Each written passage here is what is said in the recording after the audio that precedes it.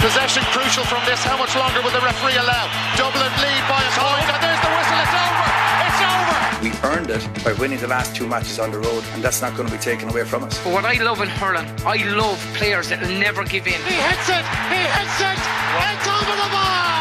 Oh, holy Moses. Hello everyone and welcome along to our latest episode of the RTÉ GAA Podcast. Myself and Rory are delighted to be joined by Keegan and Éamonn Fitzmaurice, who is grinning from ear to ear. Cheshire Cat. Back in the All-Ireland final. You were made work for it though, Éamonn. Yeah, absolutely. Jacqui, sure, look, at this stage of the season when you're in an All-Ireland semi-final, of course, you're going to have to earn your place on the big day. But to be honest, it didn't surprise me. You know, I've been a big fan of Derry for a long time, going back the last 3 seasons, I suppose, in particular. And what I felt with them is that if they brought their attacking game to the level that they can play it at, that they would trouble Kerry, and they did in the first half. They weren't as prolific in the second half, but no, it was an outstanding performance from Derry and a great reaction from Kerry. A game that maybe they mightn't have won, a couple of seasons ago. They found a way, and it was a satisfying win. It's a great way to win a game and going into an All-Ireland final on the back of a win like that. Yeah, definitely. And look, he was asked before the game, Lee, he was saying, be patient. It's not going to be a classic. The first thing when he walked into his press conference yesterday was they said, how do you feel now? And he was like, I'm glad I was wrong. Even he could acknowledge that it was a brilliant game of football. Well, in the first 6 minutes, if you told me it was going to be 1-1 apiece, I probably would have laughed and said, well, yeah, it would go away if we got that before half time. Do you know what I mean? That was the nature of the game we were kind of expecting. But I have to say, even between the two games, I know we'll talk about the Dublin game, but I have to give full credit to both Derry and Monaghan, the bravery and the courage they've shown in terms of how they went about their business, trying to take on Kerry and Dublin respectively.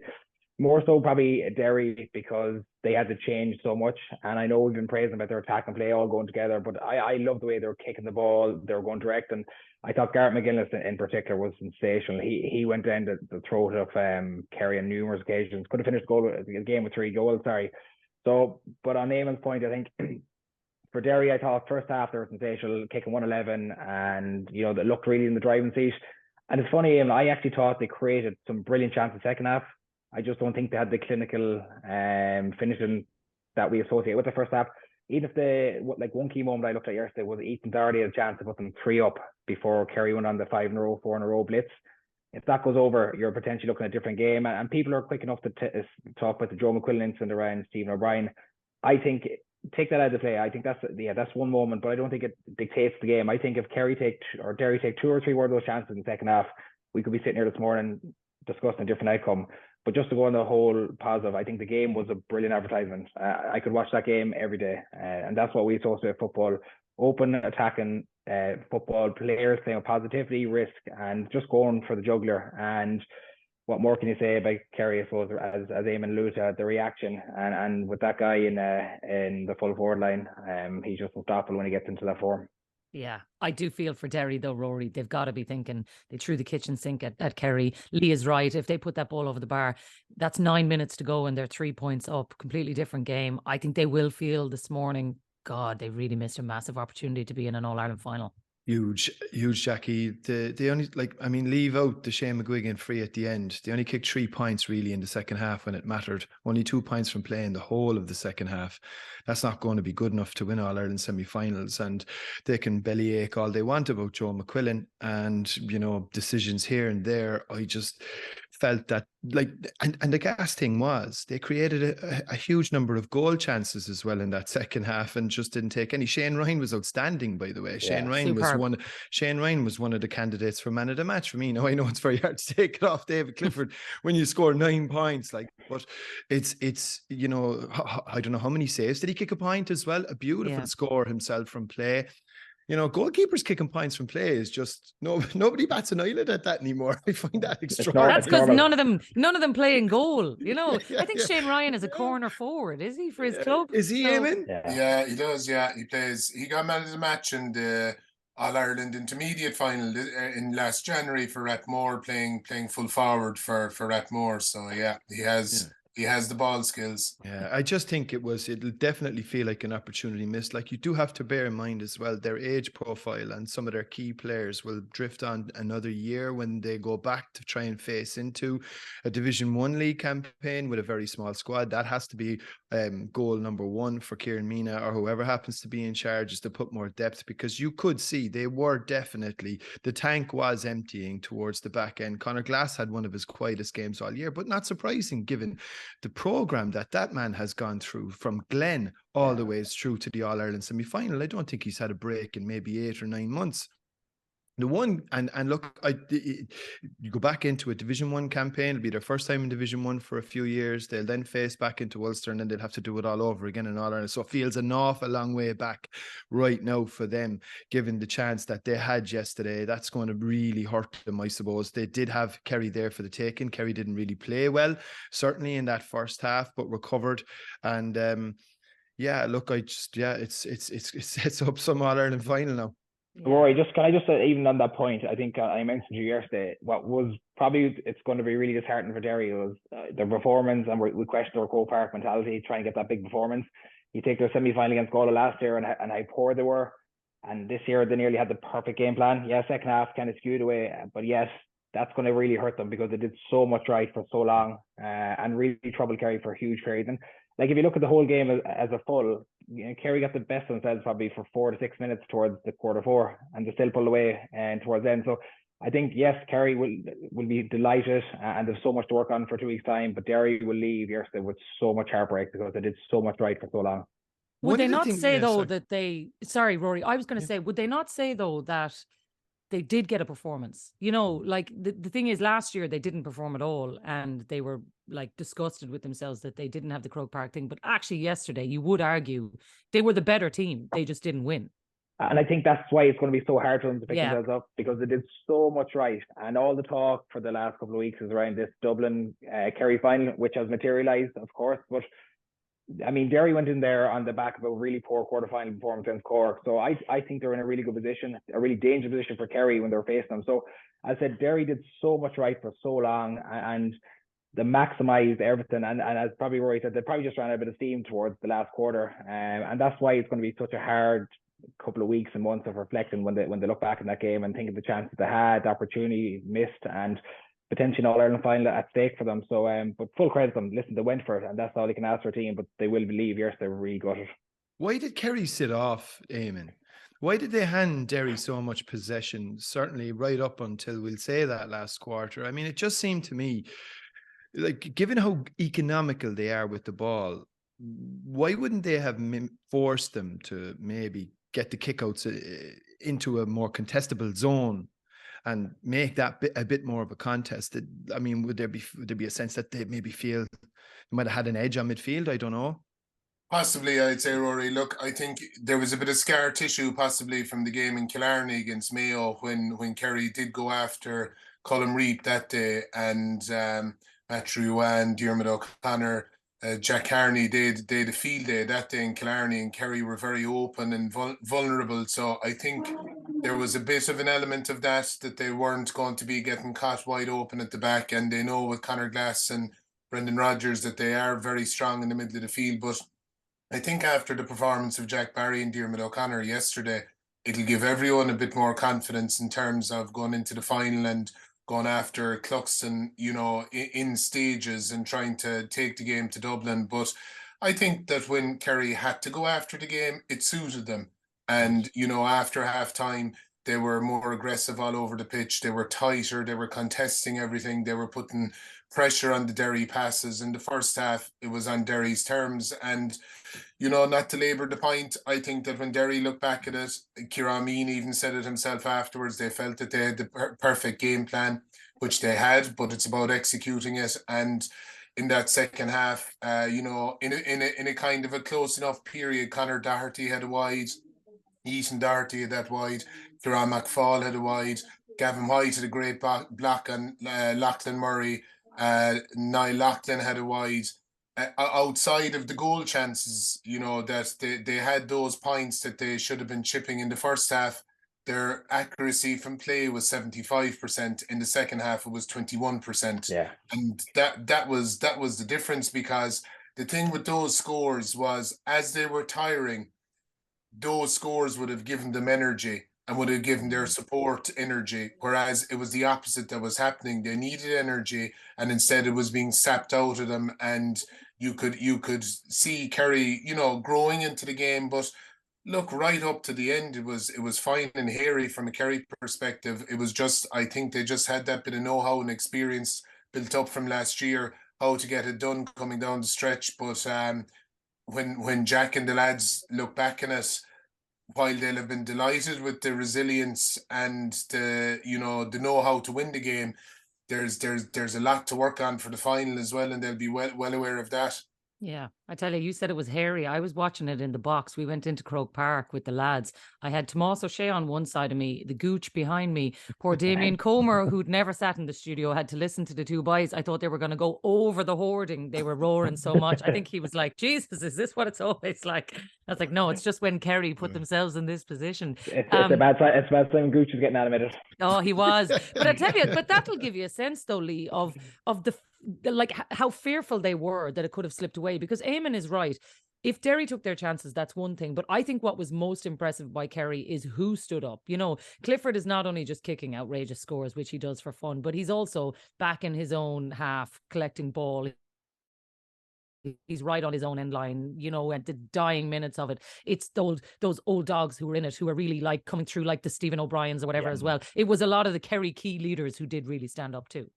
I think everyone talks about Clifford, and he was majestic. Said there's no question. But I actually thought Stephen O'Brien made such an impact after half time. He had 2 or 3 turnovers that just set the tone for Kerry, got them going. And then I haven't seen Stephen O'Brien kick too many of his left, Éamonn, now in my time anyway, but he kicked an absolute peach of a score at a crucial junction. He won the free, controversial lot, but he was involved. He was involved in a lot of the good stuff Kerry did in the second half. I thought Gavin White, who's really underrated as a footballer myself, I rate him so highly as a footballer for Kerry. I thought he was magnificent.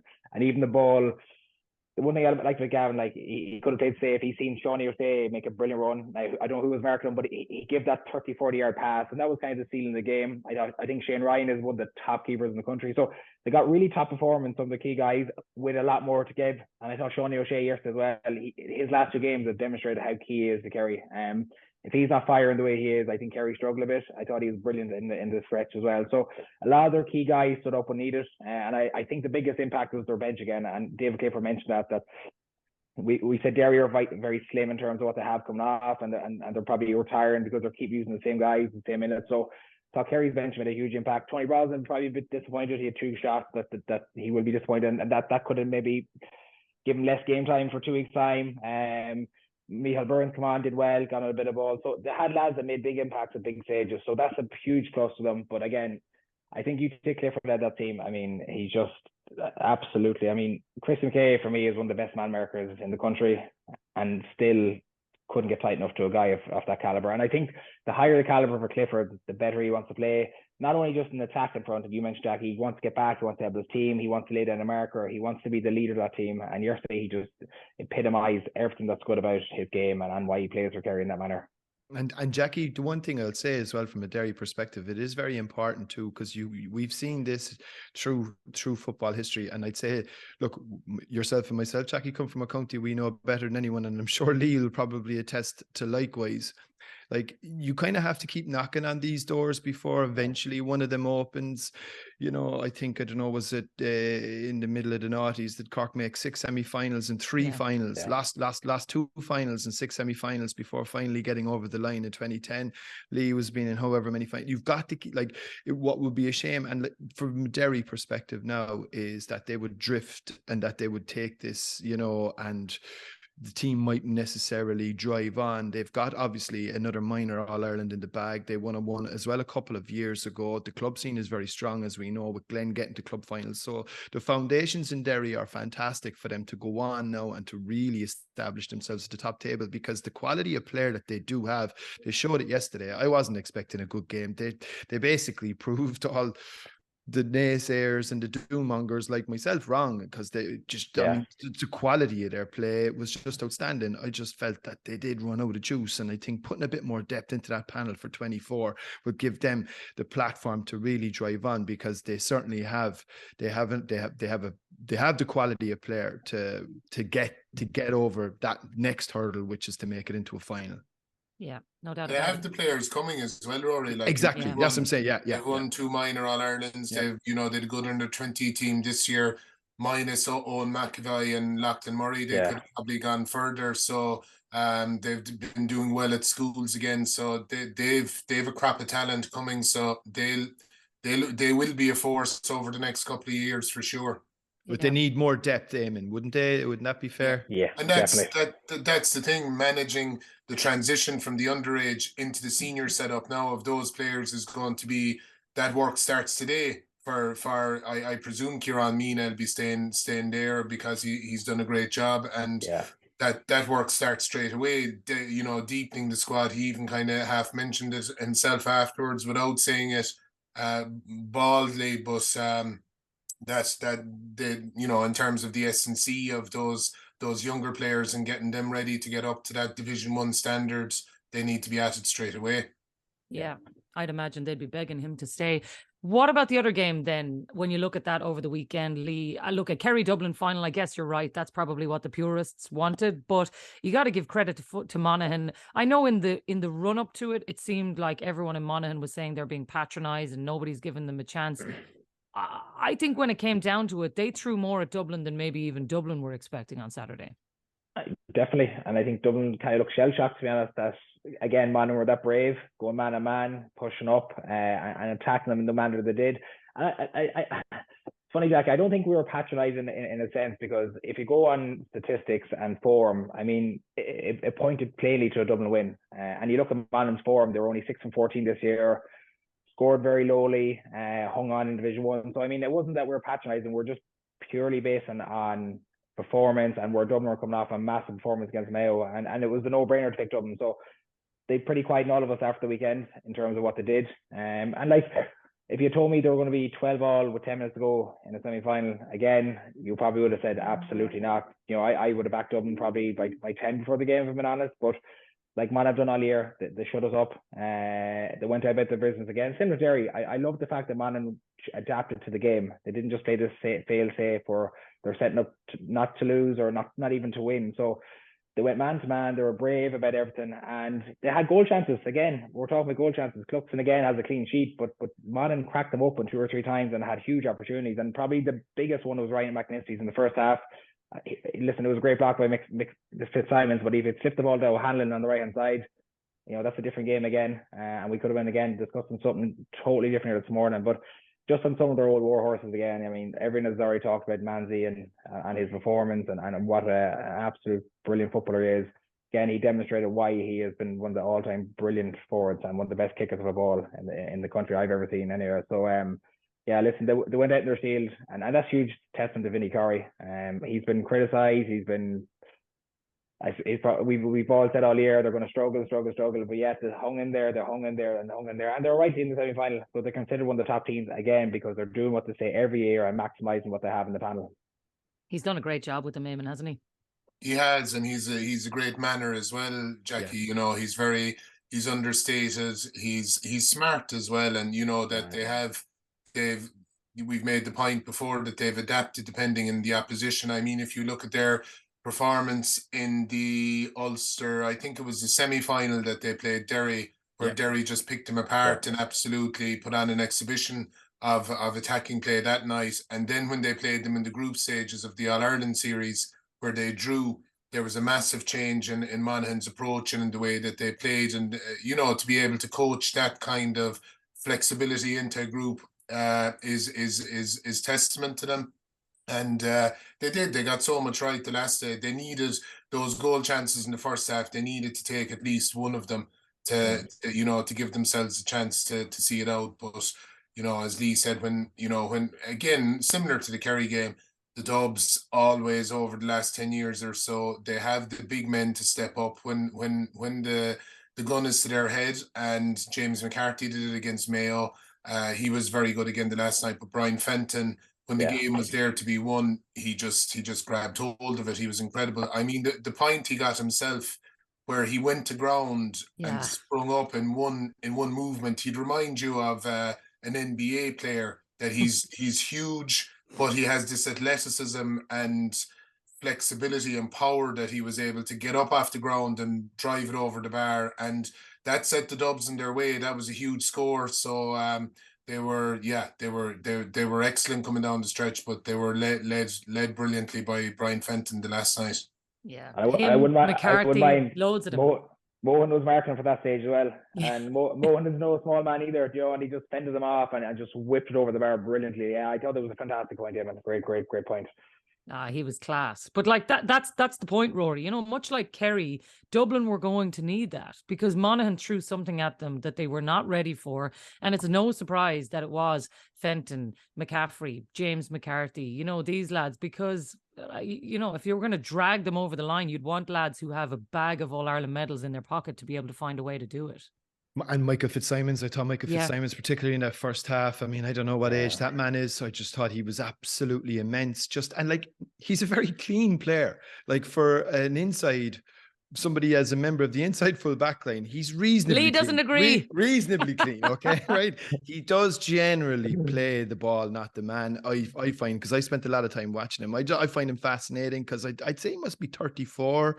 Yeah, 35, I think. Could be 35. Like, wow, I think he's there. He's going for 9 as well. Like, this is just an extraordinary career, and it was outstanding. It was just worth the entrance fee alone. And I did pay for my ticket on Saturday night. I went in, so I know. Listen, it was. I really enjoyed it. One thing that at one point I think that might be important, that people that might have been watching at home wouldn't have necessarily appreciated, was how powerful the wind was, but not only how powerful it was, how much it was swirling. Now, it was absolutely swirling, a hurricane. Then you throw into the fact there was a huge issue. Like, I don't know, had it rained solidly certainly in Dublin for maybe 3 days, and I'm talking torrential. So the pitch was soaking now, right? They obviously played the Tailteann Cup beforehand, which cut the pitch up quite a bit. And what was really noticeable for me in that first half was it felt like a game that was almost played in wintry football conditions, which was obviously going to, I think, help Monaghan and level the game to a certain extent. It definitely meant that the ball wasn't sticking to hand as much as it should have been. You had situations whereby I saw Stephen Cluxton flap one. How often have we seen that? A couple of his kickouts just went out over the sideline. It's very rare that he does something like that. So there was a sort of a stop-start nature to the play, and there was a lot of Dublin supporters sitting around me getting really frustrated. And when you're a neutral in a situation like that, you can kind of take a lot of these things into account and say, hang on a second, these are difficult conditions to play the sort of silky football that you might be ordinarily expecting. But from a Monaghan perspective, like, I think it was, look, Lee mentioned it, 12 all, 10 minutes to go. I felt at that stage what they probably needed, again, was a lucky break, like a dodgy penalty decision, a long ball into the box, a miscommunication, and a goal. And I think then, but I still got this sense sitting there watching it with 10 minutes to go that Dublin would just have enough. And of course, they called the cavalry on, which they've called on all season. Kieran Kilkenny made a huge difference coming in for Scully on the back of the black card. He will start the next day. And I think that's another really big bonus for both Dublin and Kerry going into the semi-final, in that they were tested in ways that will have really fleshed out selection issues for both managements. I think Scully will have lost his place, and I think Kilkenny will come in. I think Stephen O'Brien, the only issue that you might have with Stephen O'Brien is there might be a sense, and Éamonn would be better to a judge on this, might be a sense with Stephen that maybe 70-75 minutes isn't necessarily, maybe Stephen doesn't have the engine for that anymore. But I think what more can that man do to get a start the next day? And you'd be brave not to gamble on putting him in from the off. But I think from both management's point of view, they couldn't have asked for better, proper tests, games that were right in the mix, right to the very end. And you mentioned earlier, Jacqui, it's the final that everyone wanted. Well, not for people involved in Dublin GAA clubs who now have to be responsible for dispersing tickets because it's already started. I just got text here and I so I did from a Dublin guy. I said no. That's when the crack starts. Because look, let's call a spade, Éamonn. You know, it is probably even what Kerry people wanted. Maybe it would have been they might have enjoyed a final against Monaghan, but I think they will really relish a challenge against the Dubs in an All-Ireland final again. Yeah, look, of course, Jacqui. Kerry haven't beaten Dublin in All-Ireland final since 1985. No, which is mad. Yeah, there hasn't been that many finals in the meantime because we played them a good few times in semi-finals and what have you. But Dublin won in 2011, 2015, 2019. So there's been those finals in the meantime. So that's obviously going to be a huge motivational factor, and you're going to have the drive to try and achieve back-to-back, which is achieving back-to-back All-Irelands is an incredible achievement. And because that Dublin team were so good for the last decade, they kind of they tore up that. I mean, previous to that, only Kerry did it in 06, 07, and you had to go back to Cork in 1990 prior to that to show how hard it was to do it. So there's going to be huge motivation there. And obviously then from the Dublin point of view, there's a revenge factor there from last year. They feel that, you know, they were within a point. They were missing Conor O'Callaghan. Since then, they've got back Cluxton, Mannion, Jack McCaffrey. James McCarthy is captain this year. Conor O'Callaghan is fit. Conor O'Callaghan is fit this year. So they've a lot of things that they will feel is going in their favor as well. But I do think that the pendulum has swung a bit, and I do think it's more even than it was even in 2019, where, you know, there was times we were coming up against Dublin, even when I was involved in the management side, and we needed to play close to or absolutely at the top of our game, and we needed them to play slightly below, you know, to beat them. And we got close a couple of times, but we didn't get it over the line. Whereas I think now it is really, really even, you know, between both sides for the game in 2 weeks' time. How closely do you think Dublin are right now to that peak performance of like the best that we've seen of them? I don't think they're that level, Jacqui, that they were. I think that crop of players are just different because they're on such a momentum train. They're not far off it. I still find it hard to probably classify this grade versus the old grade. I think there's a lot of new guys that have come through, and I just think it's very hard to compare. I don't think it's like apples to apples with this team versus that great Dublin team. And also, like, we see some traits, and we've seen the band come back together this year, but I think they're back together to, as Éamonn said, to get that revenge factor. And it's very hard to compare that team to this team. Like when Jim Gavin had that team in particular, they were just, even their bench then compared to now, you're coming down the stretch against Dublin and you're in the game, but you're praying to God that they might have a slip or a malfunction.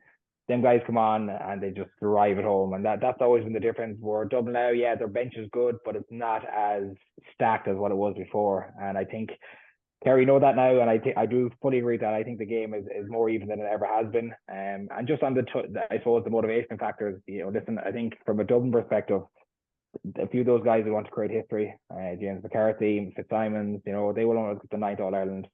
I think it'll be such a sweet way for, I suppose, even James McCarthy, and I was talking about during the week, I think he's probably Dublin's greatest for me anyway, just looking at him. I think they follow him into absolutely every battle because they know what they're going to get from him. But as captain, I think it'll signify his absolute greatness to that Dublin generation and what he has done. So I think there's a huge lot of motivating factors there. A guy that we haven't touched about is funny, actually, and I was watching the weekend and even against Mayo, we all talk about Con, James. I think Cormac Coslow has found a new lease life in the last. Superb on Saturday.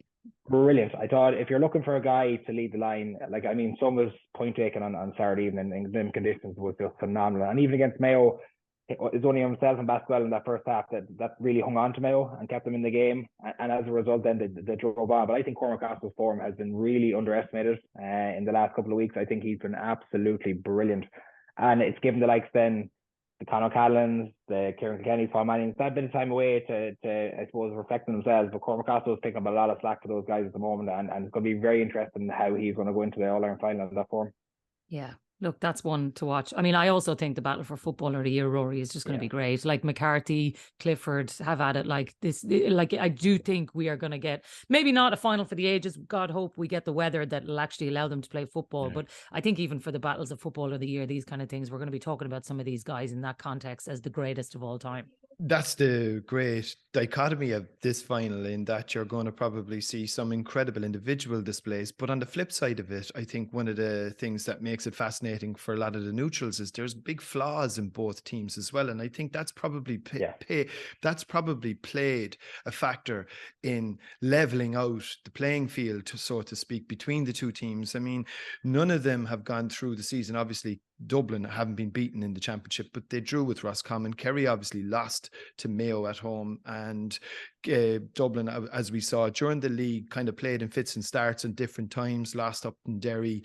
Kerry obviously didn't win a match away from home. So and then you look at even within game to game, both teams, like, neither team has kind of put a 70-minute performance. Well, you could possibly say Kerry maybe against Tyrone the last day, in fairness.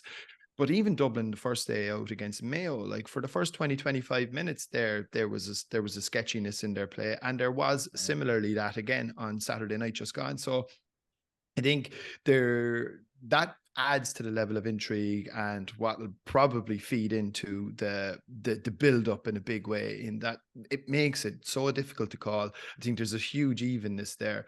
But look, I know it's a long way out, but I do think this, like, if Kerry, what a chance for Kerry, you know, like Kerry have suffered.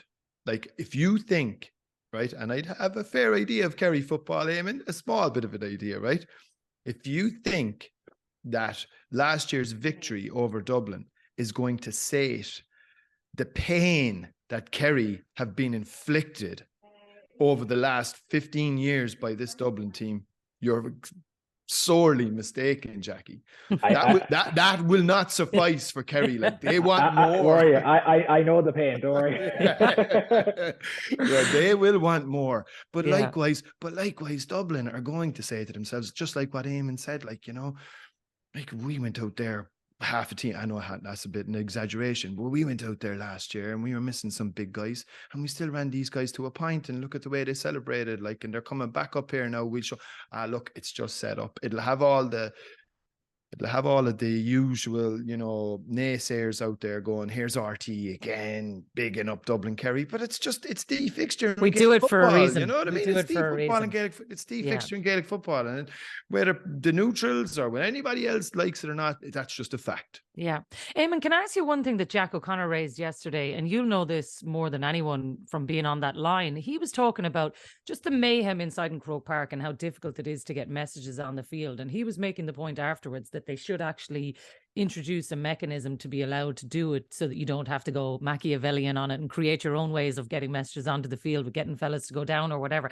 But I did think, particularly given the final we're going to have, how loud it's going to be, how just raucous the whole atmosphere is, I think there's merit in what he's saying, that it must be, from your point of view when you stood on that line, how challenging it is in that environment to be able to talk to lads, to be able to change the pace of the game, to deliver tactics, whatever the messages you need to get on are.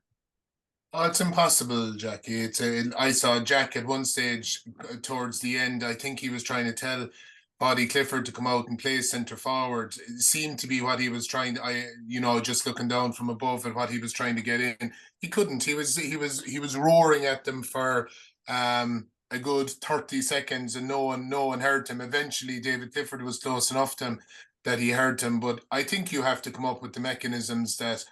With Limerick, Garrod Hegarty often comes over towards John Kiley or Paul Kinnock because he's playing at wing forward, and he gets the message and he passes it in then, and they pass it around. We used to, so I remember even being involved at club level last year with Fossa. We were playing the county final against Listroy in Fitzgerald Stadium. And because Clifford was playing, there was probably 25,000 people at the match. But between the crowd, wind, everything, the lads couldn't hear us at all. So for the rest of the games, we had a system where whichever wing back, wing forward was near us, during the course of the game, that was the person we gave the messages to, and they'd pass it in. But like, That was at intercounty level. It might be different, but it was imperfect. I remember there was one of the lads, I won't say who it was. We were given a message to the wing back to give to another player to change his role, and your man was just having none of it. He was saying, "I was told to do this beforehand, so I'm not changing." That was it. So it, as like I said, maybe at intercounty level it might work better, but it is a huge challenge to get messages in. There's no doubt about it. We used to target Jason Sherlock as the 16-man for Dublin because he used to come onto the sideline and nearly act as a kind of a steal there, because if there was space or kick out, he'd be like this, but he's like, I'm giving a message to the guys. Do that for you as well, Lee. but are you allowed a Mayor Farney on the far side? Did I see, like, when I was at the quarterfinals, I saw Pat Gilroy running the Cusack. He's a Mayor-ish, but he's wired up like he's wired. Yeah. And that's what teams do. They wire up the Mayor-ish. Or if you're hurling, you just wire up one of the players. Davy Fitzgerald style. like a quarterback in NFL. Exactly.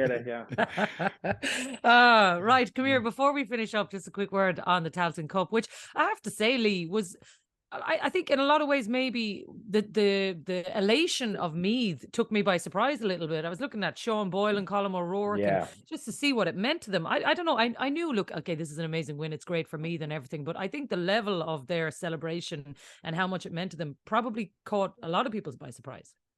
It did, actually, and probably because they were underdogs as well. I think a lot of us had tipped down based on their form coming into the final. But I think what I loved about Meath and the reaction was Colm never shied away from the Tailteann Cup, never disrespected it, took with the utmost respect, knowing that there was going to be huge rewards for it. And as a result, I think that was shown. And Meath have been starved of success for years now.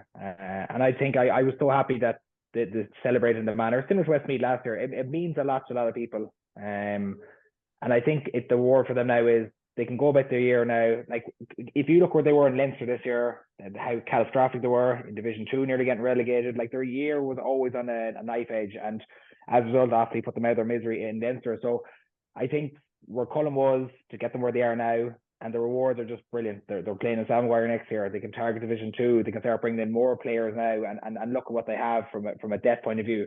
But I think it was magical to see like Sean Boyle there embracing it as well with Colm O'Rourke. That's what the GAA is about. That's what we love to see. And for me, and for a guy I was delighted for was Donald Keegan, a guy that I've actually played against and a number of times, and I know what he's given to me. I know the kind of player he is, and for me, he's one of the best wing backs of this generation as well. He's given so much, so it was a fitting moment for me to see him go up the Hogan's and lift the trophy. So moments like that, and I was delighted how me just appreciate that win as a group, and that's a testament to Colm O'Rourke how he went about going to get that done. So.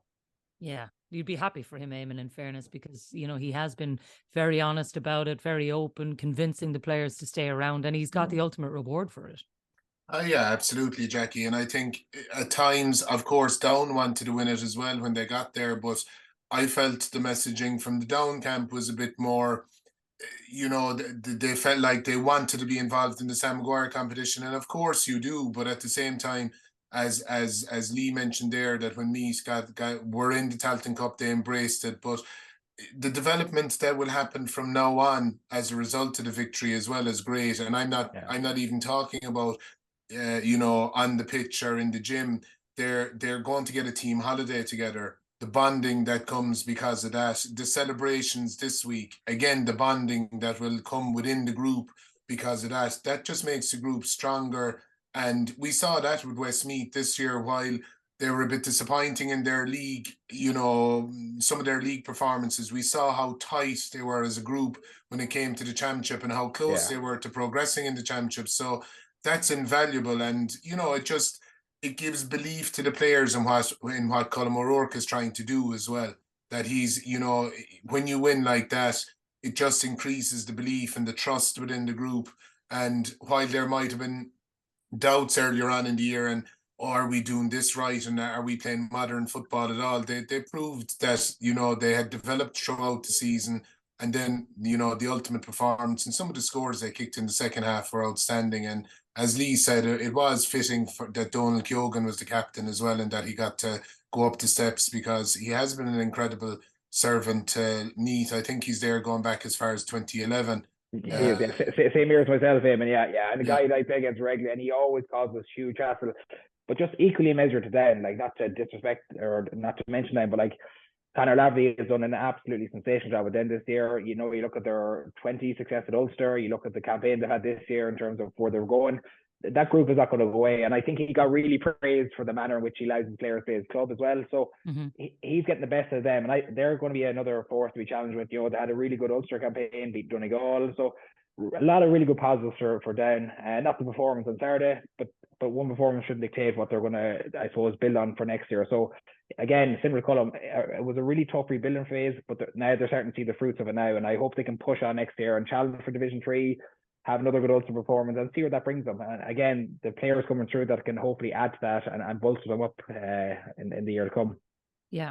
Last word to you on it, Rory. Disappointing performance from Down, it has to be said, you know, because look, the lads are right. Conor Laverty has done a great job, but I think they will be disappointed the way the season finished, given the promise that they had shown early on.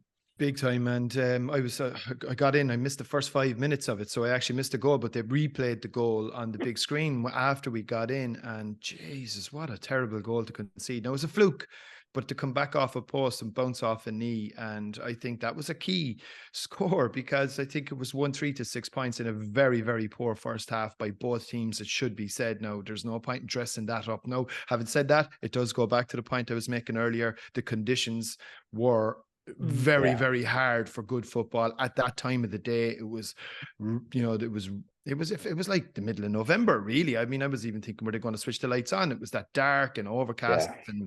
But the game definitely did improve in the second half. But it is a bit of a blow to Down, because look, they're in a situation whereby if they do want to get back up to the Sam Maguire level football, they either have to get out of Division 3 or get to an Ulster final. And getting to an Ulster final these days, as we know, is tricky. So Rory, they should target Division 3. There's no reason. Division 3, but you're going to have Westmeath. You'll have Westmeath in there. You'll have Clare in there. I think depending on who Clare appoint to take over them. I think Clare will improve as well. I think Clare aren't going anywhere, and they will definitely be one of the teams that will want to come back out of it. So there's no gimme. I mean, I would have actually felt, given the cast of candidates in Division 3 this year, that Down might have had a better chance. It might actually be a little trickier for them next year, because Westmeath now will have to go all out. Their Sam Maguire ticket is no longer valid, so they now will have to go all out, and it could be quite difficult to get out of that division, but that has to be their target for 24. Yep, absolutely. Well, look, lots for us to pick over when we get to that point. But before that, we've got an All-Ireland football final to look forward to. We will do that in 2 weeks' time. We've got an All-Ireland hurling final next weekend. So myself and Rory will be back on Thursday to look ahead to that one. But for Lee and Éamonn, thanks a million for being with us, and we'll talk to you very soon. There's the whistle, it's over.